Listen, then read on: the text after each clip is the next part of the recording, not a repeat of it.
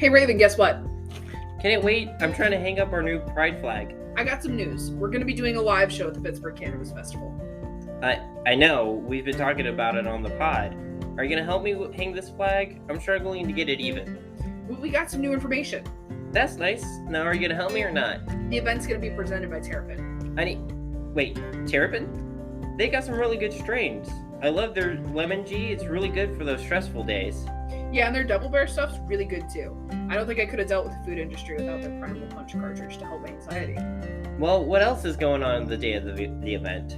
The event hopes to highlight all the utilities of cannabis, from medical use to industrial use of hemp, for things like plastics, paper, and even clothing, to bioremediation and sustainability. There are even educational presentations on the bud stage for things like using cannabis to help trauma from a biopsychological perspective, how some cannabis vapes are made from supercritical CO2 extraction, and veteran advocacy, to name a few. That's really cool, especially the veteran ones, since me and a lot of my family enlisted in the military. But is it all going to be educational? No, there's going to be some fun with the advocacy to help normalize cannabis. Some bands are going to be playing, such as Truth and Rights, a Pittsburgh local reggae band, Sierra Sellers and Clara Kent, two R&B soul artists, and Manny's going to open for Clara. There's also going to be a pop-up yoga class that people can join in on, guided by Yoga 6 from South Hills, as well as a midday meditation on the solar stage. Wait, are there going to be tables? And what about food? Isn't this a festival? Of course there's going to be tables and food trucks. There's going to be a wide range of food trucks to satisfy all of your cravings. Tacos, Korean food, ice cream, and so much more. Plus live glass blowing, different CBD boutiques, and glass shops selling CBD bath bombs, edibles, lotions, oils, vapes, rolling papers, pipes, you name it. Even Curated Flame, the dope Pittsburgh glass shop, is the official cone sponsor, and we'll have some pre-rolls for the first 50 people to show up to the event. The glass blowing sounds really cool. Do you think they'll make something for me? Of course, who wouldn't want to see a one-of-a-kind piece get made right in front of them? I have some friends that would love to volunteer. How could they do it? Very easily. All they have to do is email the event planners at info@pittsburghcannabisfest.com. It's a great way to build a space for the Pittsburgh cannabis community. Well, when and where is it so I can make sure I have it in my phone? It's August 14th from noon to 5 p.m. at the Allegheny Commons Park North Side. Awesome. Now, if you would, love, help me put this flag up. I can't feel my arms anymore.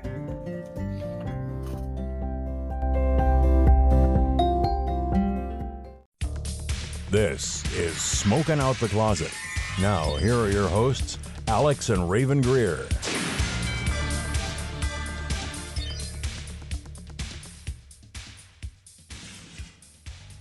Hi, my name is Raven. I use she, her pronouns. Hi, I'm Alex. I use they, them pronouns. And welcome back to another episode of Smoking Out the Closet. How's it going, guys? How's everybody doing today? How are you doing today, honey? I'm doing really well. Yeah? Really well. I slept really well. I actually slept all night except for had a weird dream, but I slept all night and I woke up to my alarm on my day off and it was nice. Yeah, we both slept in. That was very well needed. Nice little sleep in. Because we fell asleep at like 10:30 when we usually fall asleep to go to work, but then we get up at like 6 or 7.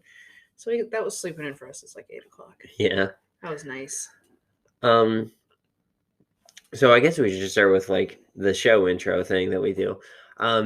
So for those of you who are new or just joining us, hi, Welcome. We are a queer podcast that talks about the cannabis and LGBT communities and everything in between and beyond.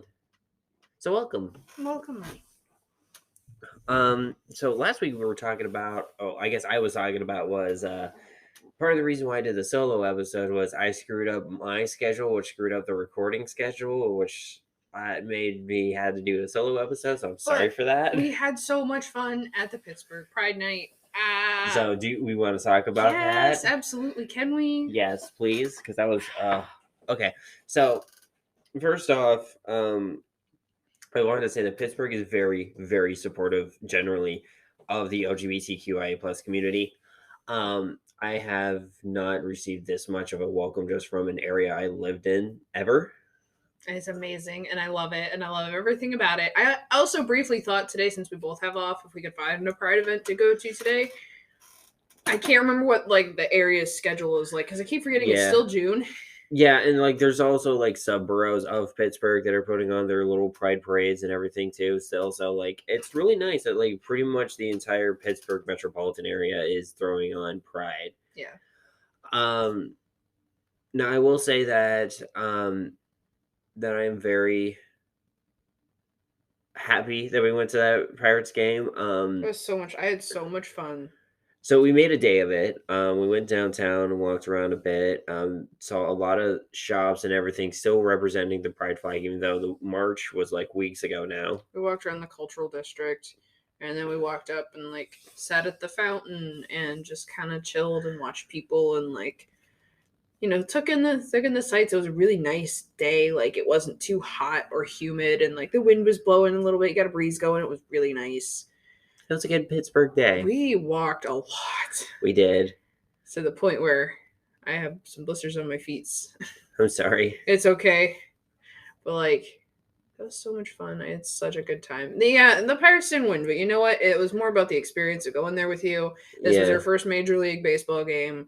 And I had to, surprisingly enough, I didn't have to explain as much as I thought I would. You seem to be getting the hang of things and like understanding stuff, and I was like, that's because you borrowed MLB's The Show, and you start, from yeah, GameStop, you played the show, and I'm like, well, if I'm gonna get brought into like baseball, well, now I kind of want to play the show because I have the show for the PS4. It was 2021, not the most recent one. No, 2020, I think it was. But something we couldn't take in at GameStop. But like, I sat down and played it. And the reason why I sat down and played is because I knew eventually we were going to go to a Pirates game. And I'm like, I need to kind of understand the rules and everything. He's in his letterbox. Oh. I wanted to learn the basics and get a kind of good grasp so I didn't annoy you and you could enjoy watching the game. Hey, babe, hey. Also, MLB does an amazing job of like explaining things, and like if you go in as like, I don't know jack shit, I've watched like 3 baseball games, or if you're just like, I like to watch it, I really don't quite understand it, it asks you like your level of understanding, and it gets you to figure out what's the best way to play for you, and it's, I don't know, it's really fun. I never thought I'd enjoy a sports game, but I like MLB The Show. But so Pirates game was so much fun though. It was a gorgeous night. I was kind of annoyed because they were working on the Roberto Clemente Bridge, and that is the nearest bridge to the park, named for the player Roberto Clemente for the Pittsburgh Pirates, and they had it all tarped up. And I was like, man, that's generally one of the best parts about sitting in that stadium is you see that view, and it's like, they have the bridge covered. I will say, though, for $35 a piece, I got some really good seats. Those are nice seats. For those of you who regularly go or in the Pittsburgh area, we were in section 107, which was off to right field of first base. Yeah, first base. So we weren't quite behind that first base line, and we were up a little bit, but it was really nice. Like, if we went a little lower, I would have seen probably some... if it was a little lower, we probably would have seen like gotten more balls because we were like in double D, so we were a little underneath the second row of bleachers, like that, like upper stands thing. We're a little underneath it. But if I would have paid like maybe $10 more, we could have gotten lower and probably caught some of those balls they were throwing. Yeah, they were throwing a lot of balls, like the Giants. Team, like the Giants, San Francisco Giants. The first baseman was always like just walking over to the thing and like pitching balls up into the crowd. I've never seen that in any like minor league games and stuff. So it's usually a hit, you catch the flies. But yeah, there were a couple of those pop flies that made it the whole way up into the nosebleeds. That was kind of cool. Heck, that first fucking pitch was a home run for the Giants. And that was fucking nuts. Okay, and then like the one stand where we'll put some of the pictures up on Instagram, like that bobblehead where we got the pictures of us in front of. That's where they caught that home run ball. Yeah, and I'm like, what the heck? They were just getting food. They're just chilling, getting food, and there's like, oh shit, ball. Like, it's so much more. It is very much about the experience of just being there and everything. And everyone's like, oh, why are you a Pirates fan? They're not even that good. Have you ever been to a Pirates game? It is so cool. Like, we play the freaking clips from the fucking movies on the big screen. So, if any of you watched the Pirates of the Caribbean series, it's, I don't know if it's just a ninth inning thing or if they're like trailing behind. It was 2-0 the entire game, but at the ninth, the Pirates' turn in the ninth inning, which I think they were bottom of the ninth. Yeah, we're bottom of the ninth. They take the scene from Pirates 3 where Emma Swan gets on Elizabeth in the movie. Yeah. Gets on the one rail of the Black Pearl because she's basically leading the armada at that point of pirates, and she goes, the whole listen to me, and like gives that whole speech, and then stops with hoist the colors. And then everybody who has their Jolly Rogers in the freaking stands, and they have people that come out onto the field with the flags. Yeah, and there was one couple that had like a pride Jolly Roger. They were gay pirates. It was amazing. Rainbow pirates. And everybody in the crowd erupted. And I'm like, what the fuck? And that just, the sense of like community that those games bring, it just... That's why you're a fan of Pirates. Yeah. Long story short, that's why we're a fan of the Pirates. Even they don't. I was talking to patients. We're like, yeah, they're not the greatest, but I went to the game and I had fun. Like, he's like, well, that's all that matters then, I mean, as growing up as a Liverpool fan, I'm okay with not rooting for a winning team. I mean, someone's got to like the Lions and the Bengals. But no, it was really cool. They asked me a survey of like what I thought, and I, put my input as like, hey, have more LGBT nights than just Pride. Your beer's too fucking expensive. I did say that. Two tall boys a fucking IC was like $28 fucking dollars. They were $14 a piece. That should not be like Disneyland, like Disney World prices. I was talking to my coworker. He's like, yeah, welcome to that park, and I'm like, God damn it. It should not be like Disney World prices. No, I should not have to take out a small loan for my fucking beer at a Pirates game. Right. Jeez, especially with gas the way it is. But I will say, can I shout out that app real quick? The MLB app? The Spot Hero. Yeah, sure. Holy shit, the coolest thing. So if you live in a city, right? This is not a sponsor by any means, but I'm just gonna shout them out because this fucking changes the game. I hated going downtown a lot because I can't find where to fucking park. And if you're sitting in traffic, you gotta figure out where you're going when you can go, or you're gonna have people who are pissed at you. And I'm like, shit, I don't know where I'm gonna park. And didn't have that issue when we went to the Renaissance because it just has the Renaissance Hotel has their parking lot across the street, and it's free for the people who stay at the hotel. It's a good thing about the hotel room being that expensive and kind of fancy. Mm-hmm. Fancy enough that they could valet park if you so desired to pay for that. But anyway, I hated parking downtown. State College had ruined parking garages for me because they don't know how to make parking garages. They suck ass. Pittsburgh's parking garages are actually functional. There's this app called Spot Hero, and you type in where we're going to be. So like for us, I was going to be at the Pirates game, and I typed in the address of PNC Park, and it says, here are your parking garages, right? How long do you think you're going to be? And it calculated the rates for every single parking garage, and told me how far walking distance it was. And I was like, holy shit, this is great. So all I had to do was I put my credit card in there. I hit reservation. Mm-hmm. And it also held me a spot until I got there because I already paid for it. So I just scan my barcode in the thing. It lets me into the parking garage, and I park. And every time we need to go in the lobby, you just scan the thing on the parking garage. Mm-hmm. And you can extend your time from your phone. So you don't have to walk back to the parking garage and then walk back up. It's amazing. It's nice. Holy shit. And like, I will say though too, like, it's just, the park is nice. It's just expensive. And like, I put in the survey, it's like, hey, don't need your beer to be that expensive. Half dozen fucking deep fried pierogies were $9. I'm like, what?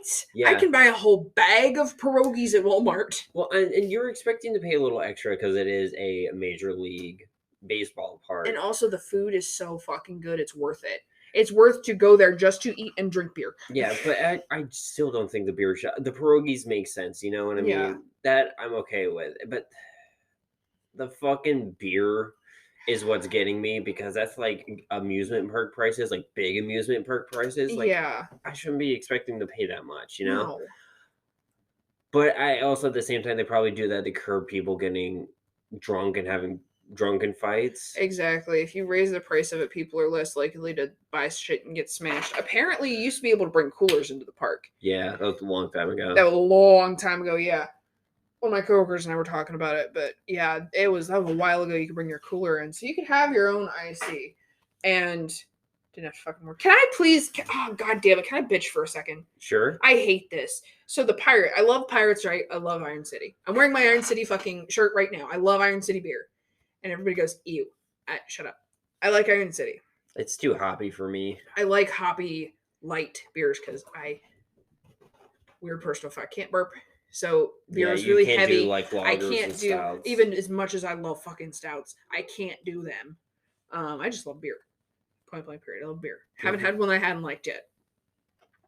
But so why did the Pirates partner with IC Light? Why did we have to partner with a light beer? What the hell is with sports and light beer? Have you noticed that? It's always fucking light beer. Lower alcohol content. Is that why? I think so. I think it's because they're lower alcohol content. Well, shit. That's my guess. I don't know, because it could make sense, because you don't want to be selling again too much alcohol at like a Pirates game and somebody gets pissed off, and all it takes is somebody elbowing somebody the wrong way, getting nachos, and you have a fist fight. Yeah, because there's also like the whole like it's an athletic, so they're supposed to be like healthier options. So like light beer is also lower calories. The lower calories doesn't always mean healthier, though. True, but here's my thing, right? There were, on the way we walked in from the one entrance to our seats, there was like 7 beer stations, including 2 express beer stations, right? Where you go in, somebody looks at your ID, you get your beer, you set it on this thing that has a camera on it, tells you how much it is, and you stick your card in and you're done. But there was only one cocktail station. Yeah. There was one cocktail station in the whole park, I'm pretty sure. Unless there was another one in the 3rd level, which I didn't want to go up that far. Or in like the specialty like lounge areas, which some of those don't make sense, because you are literally paying for a lounge area that's pretty much enclosed. And you can't even like actually look at the game. Yeah, and you're watching it on the TV playing pool. And I'm like, you're spending $100+ just to spend time where I can go down to a bar downtown Pittsburgh, spend $20 to do the exact same fucking thing. Exactly. Like, what the hell is the point? I will say, though, they have Pittsburgh local restaurants. Like, they have a Permane Bros restaurant there. They have, I don't know, Quaker Steak and Lube is local. Like, where they originally started. I think they did. I'm not, don't quote me on it. But Quaker Steak does sound Pennsylvania. It sounds very Pennsylvania. Because it's Quaker. Yeah, because we are the Quaker state. So I think Quaker Steak did start out here, and this is my frame of reference. Why this is why I'm saying it came from here, because 7 years ago when I went to college, the very first Quaker Steak I saw was in Washington, Pennsylvania, which is north of here about 45 minutes. Because my friend went to W&J, Washington Jefferson College. Mm-hmm.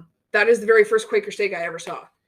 And then I came to like Moonish area, and I started like looking around more, and I came out to Robinson, and we had the one out here in Walmart.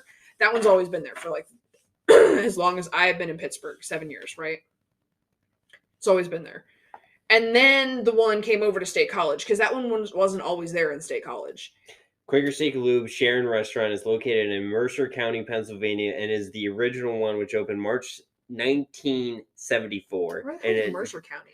In a vacant automobile service station. I knew that part. That's why they have the whole thing with like their gas pumps in their old cars and stuff, is because they just left all this shit on the walls when they moved out, and he just moved in and was like, hey, cool. Finney's got my water. Just like, hey, cool. We're just gonna. God, we sat underneath the car though, and I got paranoid when we were there at one in Pittsburgh. Looks like it's 30 minutes on the other side of Butler. So that like, makes sense that they were only out here for a little bit. Yeah, so it's how be damn about like maybe an hour from us. Pittsburgh, you're so fucking cool. You got Permane Brothers, and you got Quaker so Steak you could in the literally area. Get Quaker Steak wings at a Pirates game. And I didn't tell you. You didn't tell me, and now when I go back without you on the 30th. Yes, Flip me the bird. Everybody can see. But yeah, when I go back on the 30th, I'm getting myself some Quaker steak wings because oh my god. But I also think I might be in one of those bougie boxes because it's from work. Yeah. Like, Okay. Speaking of which, our job is taking us. So we work in the cannabis industry, and a rival cannabis business is literally paying for us to go, or our employees are paying for us to go watch a Pirates game. And we talked because there was a Juneteenth festival going on at the Point in Pittsburgh while we were walking around before we went to the game. No, yeah, we got to stop there too. That was so much And fun. we talked to the folks at True Leaf that were there. And we were talking about how like there's this weird thing because we do work for rival businesses, but there is a camaraderie a little bit. I don't know in the higher levels, like we're like all like the CEOs and everything, but at least on the bottom, like at the dispensary level. At the dispensary level, there is this weird camaraderie between us where yes, we are rival businesses, but we want to see Owlcat. Sorry, Finny, your claw hurts. There is this rivalry, but it's also like camaraderie because it's like, hey, we both are looking for the same goal of like, yeah, we want to see recreational. We want to see the patients get help. It really doesn't matter who they go to, long as they're getting help. We actually talked. We have sent people to other dispensaries because these dispensaries are selling like. Well, I'll use Rise. Rise is owned by GTI, which owns Rhythm. We will send people there because they have their house brand of Rhythm stuff that we haven't been getting from them. So if they're looking for something specific from a specific grow processor, we'll send them to those dispensaries and be like, look, this is the closest one. Here you go. You know what I mean? Because at the end of the day, I'd rather make sure you're getting the medicine and the help you need than getting money in my dispensary. Yeah, I feel that, honestly. Speaking of which, I have been wanting to go to Rise. Yeah. Yeah, because that Rhythm Pride Pack. The Pride battery with the Strainbow cart, obviously that bundle is going to be cheaper and a better deal at the dispensary that owns the house brand. Yeah. But my thing is, so with the Pirates game, I'm wondering how it's going to be eventually down the road if like we go rec, if they're going to let people vape there. Or like, I think you can vape nicotine there, can't you? I don't. Allegheny County has very strict laws on tobacco use of any sort. Even like vaporization? Yes, it's within 20. You're not allowed legally to smoke within 20 feet of the opening of a building. Okay. So everybody who smokes, technically, everyone who smokes downtown, like, they have signs on the, you'll see if you pay attention to like the restaurants, some of them will say this is private property, no smoking. And, people just standing out there fucking smoking anyway. They can, if the cops wanted to, they can nail them because it's on private property. You're literally like anywhere downtown. You literally have to go away from downtown or be on a bridge to be fucking 20 feet away from any open building. Exactly. Or standing in the middle of the fucking street sometimes, in the middle of like an intersection. Then you would be 20 feet away from everybody who has those signs on their buildings. Even then, I feel like the only intersection is when you come off the Fort Duquesne Bridge.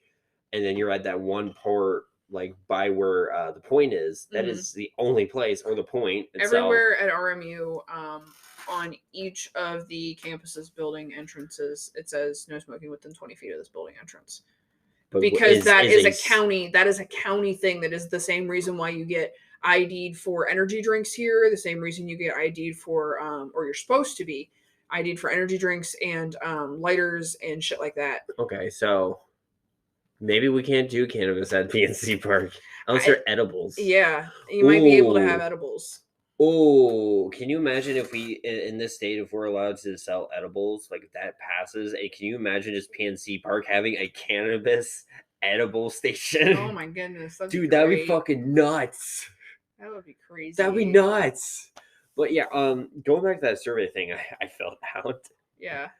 I did say add more pride, like LGBT nights, not just make it like just for Pride Month, because I do see the good they're doing with it, because Pittsburgh does a lot of good during Pride for the LGBT community. Like there's a lot of good seats that they partner with local Pittsburgh organizations that they will donate a quarter of the ticket, honestly, looking back at it.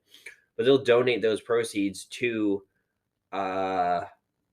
these organizations, they do 50-50 raffles, and all that money gets donated to these organizations. And they're all local. They stay local within Pittsburgh. Mhm. And that's another reason. Why are you a fan of the Pirates? Because they do all this cool shit of like community give back, you know? Yeah. And even if it's a national organization, they're supporting the local chapter of that organization. And it's really cool. But I was like, could we do more LGBT nights, just not in Pride Month? Because it does seem kind of like a cash grab. I mean, but they are giving. True, I know. I know it seems that way, but they are giving back. I did note that in my. It was like I gave them the whole both sides of it. It's just like, it'd be really cool to see more of these. Yeah, because pick LGBTQ charities some other time too. Yeah, like year round. Have their 50-50s go to that one month or something. Yeah, it doesn't have to be every month, and just a couple, or proceeds from like one game that week will go to this charity. Yeah, and continue donating to local organizations. That's all I ask. That and the beer would not be so fucking goddamn expensive. They asked me when we left, and I said, I put the last pitch because technically we were getting up. Mm-hmm. It was, what was it? 2 outs. I think it was 2 strikes and 3 balls. And that final, we were getting up, was like, it's a wash. There's no way they're going to win. We get up, start walking. Last pitch is thrown. Boom, out, game over. I'm like, oh, well, there. I guess we technically left at the last pitch. Yeah, there went. The timing was odd. It really was. But, I mean, for staying till the end of the game, getting out with everybody at the same time, we got out pretty easily. There wasn't a lot of traffic like you were expecting. Also, can I note something? And I don't know if you will remember, because I know you said you've been to minor league games. I've been to a minor league game. I've been to a minor league. So I'm not sure if you're even going to remember. There's I feel like a lot less announcing at a Major League Baseball game. There's a lot more announcing for minor league games. Dude, I don't know. I was 8. Okay, it was like one of the first things me and my biological father did together was we went to a Newport News Tides game. Well, since you went to a Pirates game, now we got to go to a Curve game because the Curve is the minor league affiliate for the Pittsburgh Pirates. So we need to go to the Altoona Curve now, and you can see an Altoona Curve minor league game. Okay, also probably a lot of it is since they're already in the major leagues, most people know who they are. Mm-hmm. The minor leagues are kind of announcing who they are to kind of help get them into the major leagues. Yeah. That's my guess. Also, there was a lot of fucking talking. I couldn't hear the announcer at certain parts of the game. I was looking at the Jumbotron. And reading the captions underneath. Captions, yeah. Yeah, I was doing that sometimes too. Everybody's very talkative at that game. Yeah, it was more of like a social gathering than I think of a sports fan thing, or a little bit of both. Yeah, I felt like it was a little bit of both. Because that older couple that was next to us was fucking just chatterboxing the entire fucking game. Jesus. Then you had Chad and his white girlfriend beside you. That's who I'm talking about. Oh, that's who you're talking about? Chad and his white girlfriend? Yeah, oh like the late 30s, early 40s single parents that were on a date together. Yeah. Fucking. I only say white girlfriend because she was stereotypically fucking white girl. Yeah. Like, think of the fucking, oh my god, the movie White Girls. Yes. Yeah, the movie White Girls. That was fucking her. I think the movie's technically called White Chicks, but yes. White Chicks, White Girls, same thing. But I like the I think it was a mom and her college age kid. Yeah, that were sitting in front of us. Cool. They were awesome. We were all singing together too the whole game. That was so much fun. And like I came back from going to the bathroom and getting I got a hot dog and you a pretzel. To surprise you. Yeah. The pretzel's so good. It was. Oh. And I got back down and she goes, "Oh, there you are. I missed my singing buddy." Yeah. She's like, "Where'd my backup go?" I was back here. I'm like, I don't know. She went to the bathroom. I'm here. I was helping sing. But yeah, I never thought I would get that involved with the Pirates game or any, like, holy crap. Did we literally just spend 27 minutes talking about the Pirates? Absolutely we did.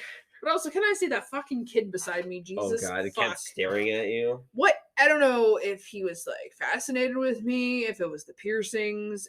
My hair is grown out and needs fucking shaved and cut and dyed again. You're probably, like, the first queer person he's interacted with. Yeah. By the parents. And we looked very gay with our rainbow shit and our kissing up, balling each other and Mhm. everything. We were not quiet about it because it was Pride Night at the Pirates. Yeah, I also like that. Like, you could see some older gays. There were some older gays. There was a whole row of gays behind that family too. Oh shit! We should also probably All of before our we leave bracelets. talk about it. So, PFLAG was there.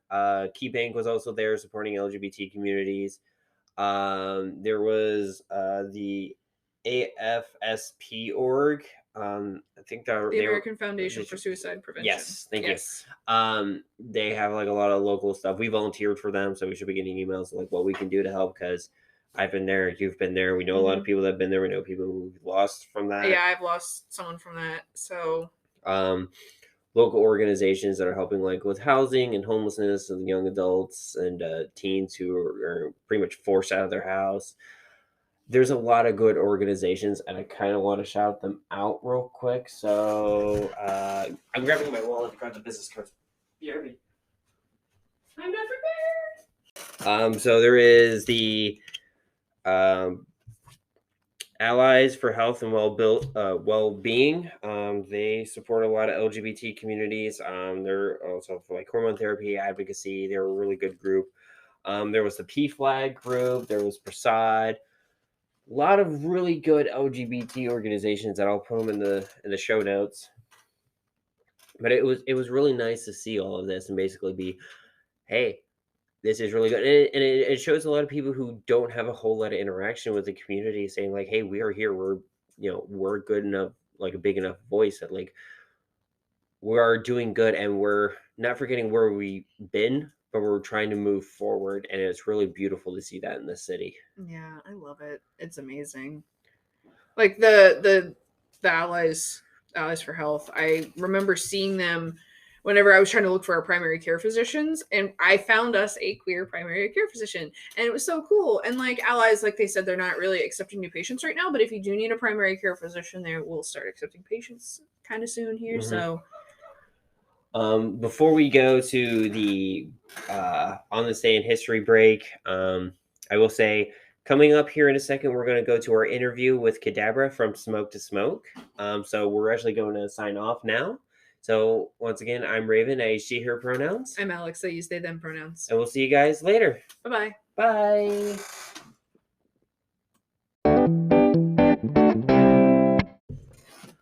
Welcome back to another part of On This Day in History.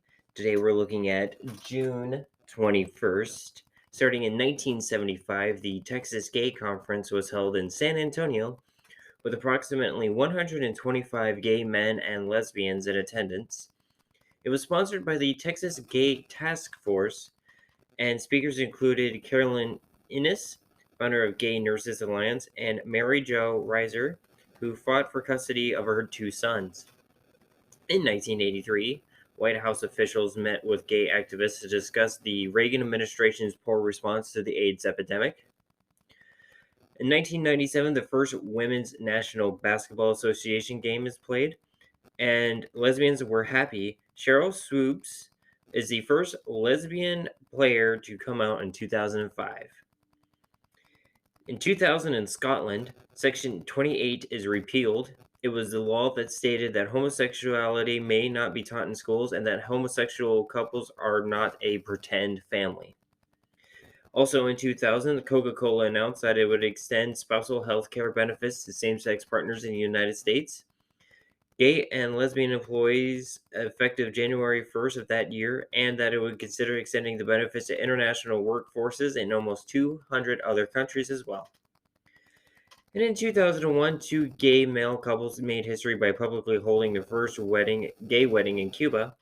Four local boys, Michael, Angel, Juanito, and Alejandro, ranging in ages from 17 to 22, exchanged symbolic vows before their family and friends at a neighborhood recreation center in one of the poorest sections of San Miguel de Padron, a working-class suburb southeast of Havana. The wedding created such a stir in the neighborhood that some people climbed on their roofs to get a better view. It was a first in Cuba, where there was no organized gay community and no public pride celebrations. I know this week's On This Day in History is a little shorter, and we're going very LGBT heavy with Pride. but I just want to make a note of that. And I will also want to make a note that coming up in a minute is our interview with Cadabra from the Smoke to Smoke podcast. Now, we went with Anchor this time. Unfortunately, the only way we could interview Cadabra via Anchor was to do it through our phone, as Anchor does not have a desktop version available yet. So the audio quality might not be the greatest. So I am going to warn y'all about that. But without further ado, this has been On This Day in History, and we'll go over to me and Alex's interview of Cadabra from Smoke to Smoke.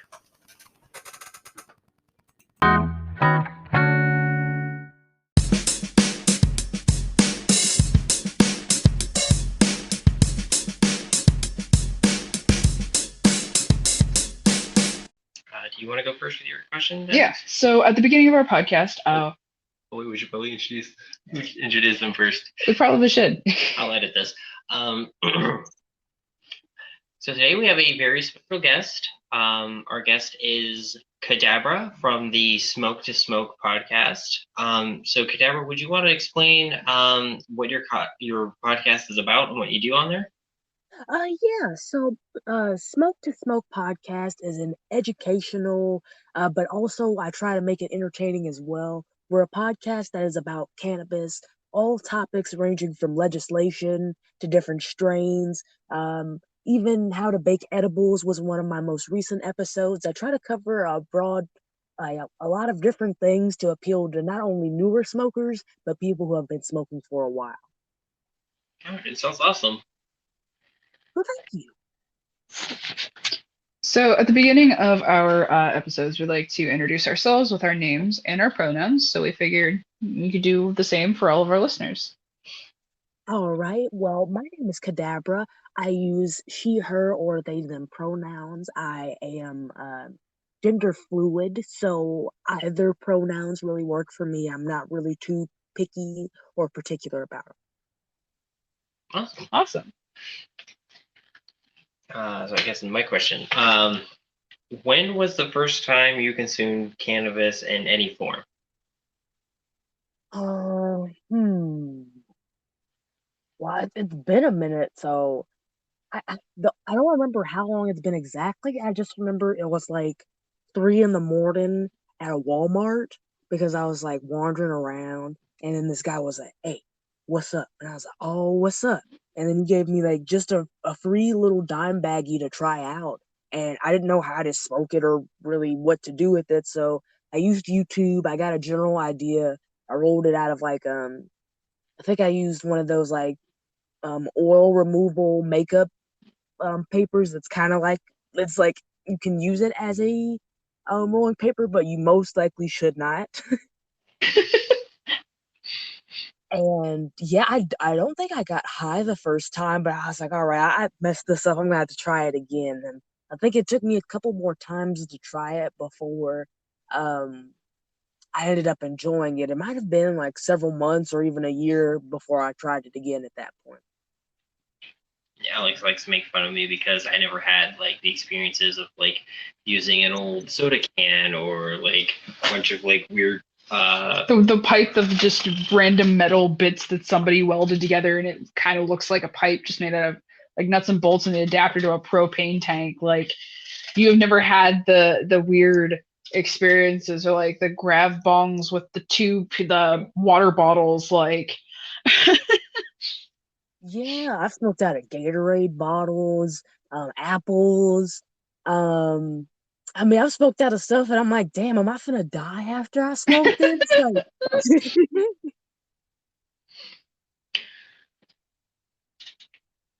Alrighty. What's your favorite way to use cannabis today? I mean, I really like smoking. I like smoking blunts, but I got a train bong. I usually call it the choo choo, but I got that, and I really like it because I don't have to use as much as I would in a blunt, but it's still very potent. Nice. Yeah.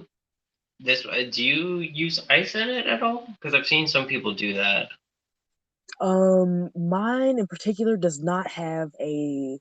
It's shaped like a train, and there's no spot for ice. Okay. I have no place I could put it in at all. Okay, so it's not okay. So it's fully shaped like a train. It's not like the base is a train with like a tube on the top, right? No. It's the whole thing. Okay. It's like a little bit of a neck coming off of it, and then it's got the down stem for the bowl itself. But that's all it's got. It's just train shape. Do you currently have a favorite strain? Let's see. My favorite strains that I have right now.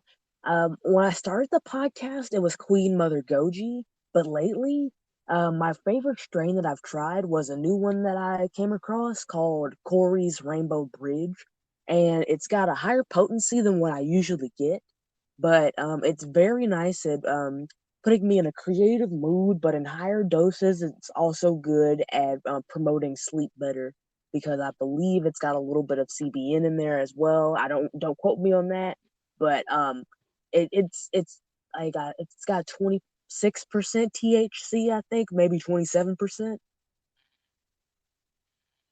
That sounds really good. I'm gonna try hunting that down and see if I can get that in this state. That kind of makes me want to ask a question that's not on the sheet that we That's fine. talked about earlier, because we usually also talk about which strain we're smoking, and if you partook today, which strain did you use?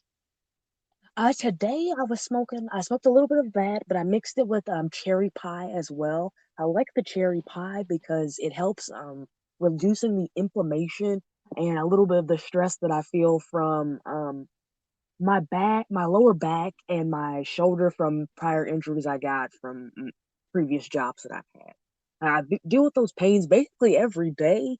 It either sneaks up on me and it's like, ah, shit, it's hurting real bad, or it's just a dull ache that won't go away until I smoke. I But feel yeah, that I have a prior knee injury, and it's been acting up the past few days, so I feel you there. yeah, Trying like to, it's hot now, so I don't have to worry about it. But whenever it's really cold, I notice that it locks up so bad. yeah, Yeah, the winter's the worst. it really is. How has cannabis affected your life? Well, my cannabis story it's changed over the years. It started out where I I would say cannabis had a very positive effect when I was introduced to it, but I was not very responsible with my cannabis consumption. So it was making me like I was smoking like just random spots, not in a very safe space to where it was getting me very paranoid. Um, I wasn't really enjoying myself as much, and it put me in a bad spot. But once I took the time to educate myself on cannabis, take a step back and really understand the plant, understand the difference between sativa, indica, the different terpenes, and how it affects my body. I've been able to have a way more beneficial experience out of my cannabis use to where it's not really recreational anymore at all. Although I do partake um, from time to time recreationally, it's mostly medicinal. All right. And you said you use it for like physical pain. Do you use any of mental health help as well, or is it just mostly more of the pain management? Well, it was prescribed for my mental health, but it also helps with my physical pain as well. Okay. I mean, honestly, I've got a variety of different things that it helps, like my stomach pain because I have problems trying to get food down. Sometimes my stomach just like it's in knots, and especially first thing in the morning. It was worse when I used to smoke cigarettes, but ever since I quit, it hasn't been as noticeable, even though it's still kind of there. But if I like snack on like an edible, or if I like take a few hits from a bowl, that helps for that back pain, mental health, um, headaches. Basically, I mean, there's a lot of medicinal benefits for it, and I feel like I'm benefiting from a lot of them. It's good. That's amazing. We kind of touched on this, but have you interacted with the LGBTQIA plus community, and are you yourself a member? You kind of touched on it earlier, but if you wanted to dive a little bit deeper. Yes, I'd say I'm way less in the LGBT community now than I was a few years ago, and that's because of a major move that I made across state lines. Where I used to live, everybody was way more vocal about Pride. There were a lot of Pride events throughout the year. They would do a lot of education, not just for that for just Pride Day, like throughout the month, throughout the year, they try to hype up and get people in the know about it.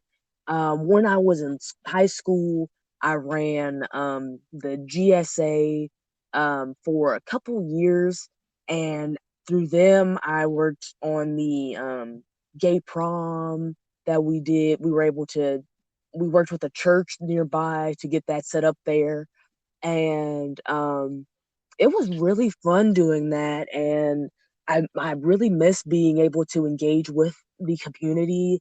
And honestly, I'm a little bit fearful of it now, at least on as an internet aspect of it, because I noticed a lot of gatekeeping on the internet as opposed to in person. And where I live now, that's not really nobody's vocal about that. It doesn't seem like that's something that's necessarily a safe thing to just be like happy pride and just like it seems like you're kind of outing somebody if you do something like that, even if you personally know that they are part of the community. No, that's very fair, and we always advocate that like safety is your number one concern when it comes to like either the cannabis or the LGBT communities, and like we want to make sure that everyone stays safe, even if that means kind of like hiding, because unfortunately there are parts of the country that it's hard to be out in, and it's sad. Yeah, it's definitely just I want to spread that joy of letting people know that even if nobody else around them is happy pride, that I'm here and I'm there to support them and be a part of the community as just somebody to reach out to if they're not even about LGBT issues, but if they're having a rough day and just need somebody to talk to, I'm there. But it's hard to have those conversations here, so we don't. That's totally fair. Where you were living before, have you ever gone to like any Pride events before you moved? Oh, I used to go to Pride events every year, and Mama Cadabra, which I've talked about at least on the last episode that I recorded, she would from time to time help me. We would decorate T-shirts for it. She wouldn't go because of how her work hours were, but she always loved hearing just how happy that made me. And whenever I try organizing events partnered with Pride through the high school that I went to. Usually it didn't, I don't remember if I had one of them work out smoothly, just a matter of trying to get everybody in one space. But yeah, I used to go to them all the time. It's good. It definitely. A little slight follow up. Have you ever been to New York City Pride? I do not travel a lot, no. Yeah, that's totally fair. I've went once, and if you don't do well in crowds or you have like limited access to like manage to go through them, I would say not go, just because that's kind of like a logistical nightmare in that sense.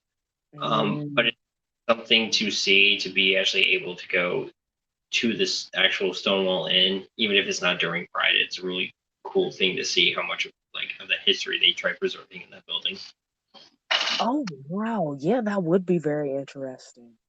I mean, would there be like an opportunity for me to go and appreciate it outside of the Pride event? Because I know New York as it is pretty crowded, and that does make me kind of anxious. So, yeah. I mean, they're always open. I think during the Obama administration, they made that a national landmark. Sorry, our cat's popping up right now. He has a hairball, the poor thing. But Obama's administration made that a national landmark, so I do believe they are operational all year round, and it's not just during Pride. Oh, okay, cool. Well, yeah, I might try to make my way up there. Times are tough right now. We're traveling, but once the opportunity arises, that would be a place I like to go see. Definitely, and like, I mean, especially gas and everything, the way it is right Oh yeah. now. Gas is, oh my God, it's like $5 a gallon here. Mm-hmm. Same. Yeah. The average for Pennsylvania is 503 right now. Can't do it, but I have to start walking to places, and it's not even like a close walk either. Gonna have to plan out like 3 hours before I need to go to the place. Oof. No, I'm kidding. All right, shifting gears slightly. What's cannabis like where you live? It depends on the area. Where I'm at specifically, the like the age on average here is 65. So I'm not 65, and it's hard really trying to connect with that older community, especially when it comes to cannabis, because of how the rhetoric was when they grew up. Yeah. That's not something I'm really willing to push either, because outside of going to the dispensary and going downtown occasionally, I mostly just go to work, and I don't want to mix that with my work right now because I work at a corporation. I think that would get me in trouble. That is totally fair. What's the dispensaries like though in your like your go-to dispensary? What is that like? Oh, my go-to dispensary? I like talking about them. They're Sweet 443. They when I go into there, it's very laid back. The first time that you go in, they pair you with a bud tender that walks you through basically like a tour of the place, showing you the different products. They'll tell you their favorite products and try to get a better feel of if you're more of an indica fan, a sativa fan, and how long you've been smoking to see what percentage range you should probably stick with to start out with. Or And hmm? I was just saying, all right, like that's cool. That's awesome. Yeah, it was really, and they gave me like a bag of chips and a water bottle on my first time, a lanyard, Yeah. things. Um, and they have little pop-up booths from time to time whenever they have like they had Method Man's weed come in to Cal, and so they came in and they were giving out like lighters and different things like that. So it's it smells. You can smell the weed before you even get in the parking lot. Like from down the street, you know that you're getting close to it. And yeah, I mean it's really it's laid back in there. The first time I went, I wasn't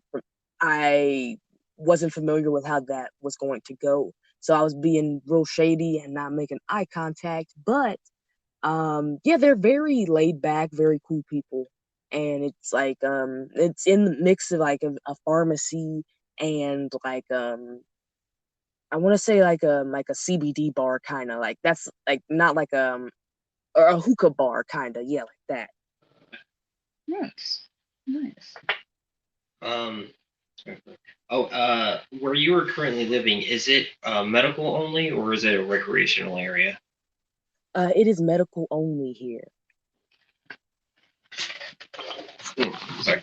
Kind of a piggyback, like follow-up question, because I know in the state of Pennsylvania we're vaporization only for medical. Are you allowed to combust, or is it also vaporization only? Yes, we are allowed to combust as well. They have not only the marijuana products, but we do have legal Delta 8 and Delta 9 in this state as well. And the Delta 9, not just the standard THC, but that's like I think the when they derive it in a lab out of hemp to get like a whole bunch of concentrated Delta 9 from it to, yeah. So it's not actually from like marijuana, it's from hemp. Gotcha. How hard is it to actually get your medical card where you live? In person, it's pretty hard because it's like there's no way to get the information on it. Nobody really talks about it. I spent about 2 years or so trying to find something that was within my price range because at first it was telling me that it was going to be just $200 to go see the person, and um, that was without any guarantee of me getting the card or not at all. So like it didn't tell, like, it didn't give me like very what's the word I'm trying to say? Very precise instructions on like the qualifying conditions. Because at the time it just said that, oh, if you don't have exactly what's on this list, you got to put in a petition with the state, take 120 days for it to process, and it still may or may not work, and you'd still have. So I didn't want to do all that. Finally found it online when I talked to my insurance because they said although they don't cover it, they were able to help me find resources and compare the prices online. So I paid about, I think, 150 for the online consultation, and the people online helped me with the application process as well, and gave me different videos and just step-by-step processes on how to fill out the application and send in everything from start to finish until I got my card. That's awesome that like your insurance still like, well, they didn't cover it, mostly just probably because it's federally illegal still, that they were actually willing to help you and point you in the right direction. Yeah, that's awesome. Like I can't think of many insurance companies that would do something like that. No, not really. No. What forms of cannabis are legal to be sold in your state? I'm not familiar with all of them. I know that like flour, the tinctures, like the dab concentrates. We've got like the rosin shots, which I believe are for dabbing. I'm not exactly sure what that is used for. Um, I'm not super familiar with what all types of products are legal in the state. I just know that I can get flour, and since that's what I mainly use, I don't really concern myself with it, although I should.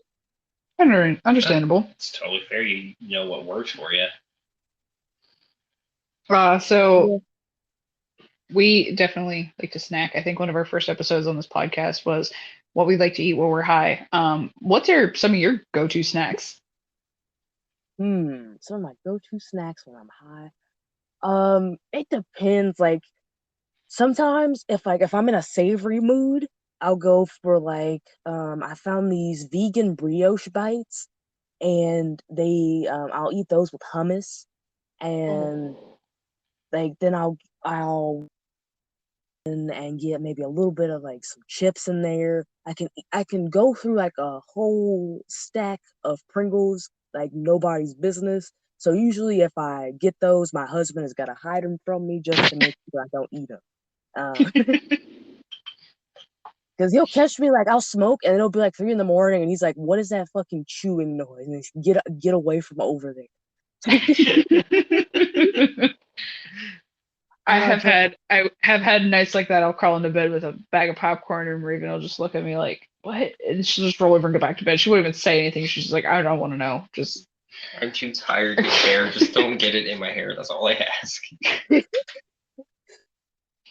I'm going to try to snack on something too that's got a lot of crumbs, I get booted from the bed because he's like, "Nope, you're not going to get all that in the bed right now because you're just like." But let's see, other snacks that I like, I'd say there's this Creamalicious brand of ice cream that's by a Black-owned business, and they've got like sweet potato pie ice cream that's got the like the crust in there, and the like it's got a sweet potato taste. I think it's got a little bit of the pieces in there as well that are just it's nice. It's very it's a nice soothing summertime treat. that sounds so Do you good. know if they make lactose-free versions? Yeah. No, it's got, let's see, it's got 4 eggs in there, I think, and each pint of it is 1,060 calories in total. I still really want to try it. So we're both lactose intolerant, so we have to be very careful of like. With our snacks, yeah, if they have a lot of dairy, we're gonna have a bad time. But Oh oh man, man, you might have to get like some Gas X or something. Like it's worth it. So what made you want to start making a podcast? Well, I had been listening to a lot of different podcasts because my husband was, and usually if he's doing something, I try to piggyback off of what he's doing so I can do it better and find cooler stuff. And I'd been hearing so many different ones that I heard an ad for Anchor and Spreaker, and I tried both of them. I lean more towards Anchor, and I liked it because I was able to I record my closet. It's easy for me to record, and it was something that I feel like I can get into and still get the information that I want to share out there. Awesome. nice. One more kind of question. What kind of stigmas are in your area around those people who, use cannabis or in the LGBT community? It's weird here. I mean, because it's like people are very casual about their passive aggression towards you. Like people are very friendly here, but it's like, oh, you shouldn't be doing that. Like you should be ashamed. Kind of like in that type of tone. Like, oh, you're a bad person. You could be doing better stuff than just being lazy and smoking weed. Um, with the LGBT, huh? The bless your heart people. Yeah, I'm like, I hope I don't smell like weed right now because sometimes I'll get dirty looks and I'm like, oh man, I'm not trying to deal with this right now. Like, don't interact with me. Don't interact with me, please. But as far as LGBT, again, we don't really it's not really talked about a lot here. So there's not necessarily a stigma around it, I guess. Well, I guess there's enough of a stigma we don't talk about it, but there's not like direct shaming for it or anything. At least not that I've experienced. But again, I am perceived as a female because I'm for the most part dressed like a female and carry myself as such, and I'm married to a man. So I don't really encounter a lot of those problems that I would necessarily as somebody that is a same-sex couple, or if they are um, more you can actually perceive them as being LGBT based off of just visual stereotyping and stuff. Yeah. But what I do notice here is we are an interracial couple. So we get looks. We get he gets comments like, "Oh, I didn't know you were into black women," and it's just like I get people to tell me like their default thing is like talking about Will Smith and just like, this was before everything that went down with him. I'm not even talking about that drama. They just be like, "Hey, you kind of look like Will Smith," and it's like, what? I heard it all, and it's so perplexing to me. But I've experienced that more here than I would say LGBT stigma. Jeez. Wow. I'm sorry to hear that. I'm so sorry. It's okay. I mean, I've just been taking it day by day. I've been trying to take a step back and not try to get angry at the community for just somebody not really having a full understanding of how to interact with African American people. That's totally fair. We are getting towards the end. Do you want to shout out where people can find you and where they can find your podcast? Yes, of course. Okay, so I have Smoke to Smoke podcast. You can find me on, I believe, Stitcher, Spotify, Anchor, Amazon, Audible, and Google Podcast. I'm not on Apple Podcast. I've been trying to get on there, but I don't have an Apple device, so that's the only way I can actually upload it to there. Stuck and working in progress on that. I have a Instagram only right now, And I just got business cards, so I'm going to be trying to get those out there too. But it is smoke to smoke _ podcast. You can follow me on there. Right now, it is mostly just me, Cadabra, but my co-host Abra pops in from time to time. She's mostly just more of a guest at this point that likes to stop by. But yeah, on the Instagram, you can catch Dabtionary posts where we just describe different strains. Not my bad. We describe different topics and terms in the cannabis community just to get people more familiar with it. And usually we try to tie those into the episodes. And then I've also got the anatomy of the strain post, which I have not been doing lately. I need to get back into that. But those just break down different strains that don't have a lot of controversy around them as far as the genetics, because I'm not about to start an argument on the internet about that. That's why I haven't done Granddaddy Purple. But for the most part, I've got strains on there. Talks about the genetics, the potency, whether it's an indica, leaning, or sativa. And the descriptions on there also talk about like some of the effects that medical patients tend to get when they try the strain. And that's all I got. That's awesome. I mean, you definitely inspired me for like kind of breaking down what the strain we use on each episode with that. And I am still grateful because I never seen anyone do that. So I thought that was really cool, and I thank you again for that. Well, thank you. I'm so glad that I inspired you guys. When I saw your post on Instagram that you guys did like kind of like an anatomy of the strain thing too, I was real excited. I was like, oh, now I'm going to start seeing a whole bunch of these, and then I get more in the know about strains. Like because you guys got the terps on there as well, like the percentages of strains, which I don't have, which I thought was interesting. Yeah, and I will say with a caveat, like each batch is a little different. It's just whatever batch I happen to have is what the terpene profile is, but it's generally around the same area each batch. Oh. Yeah, they change a little, but it's like less than a point percentage that they change. Oh, okay. Well, okay, so just it gives you like a general idea of around how much it's going to have in there and whether or not it's a dominant or more of a minor cannabinoid or terpene within that particular strain. Exactly. Like I've seen probably the biggest jump between two different batches was like 0.04.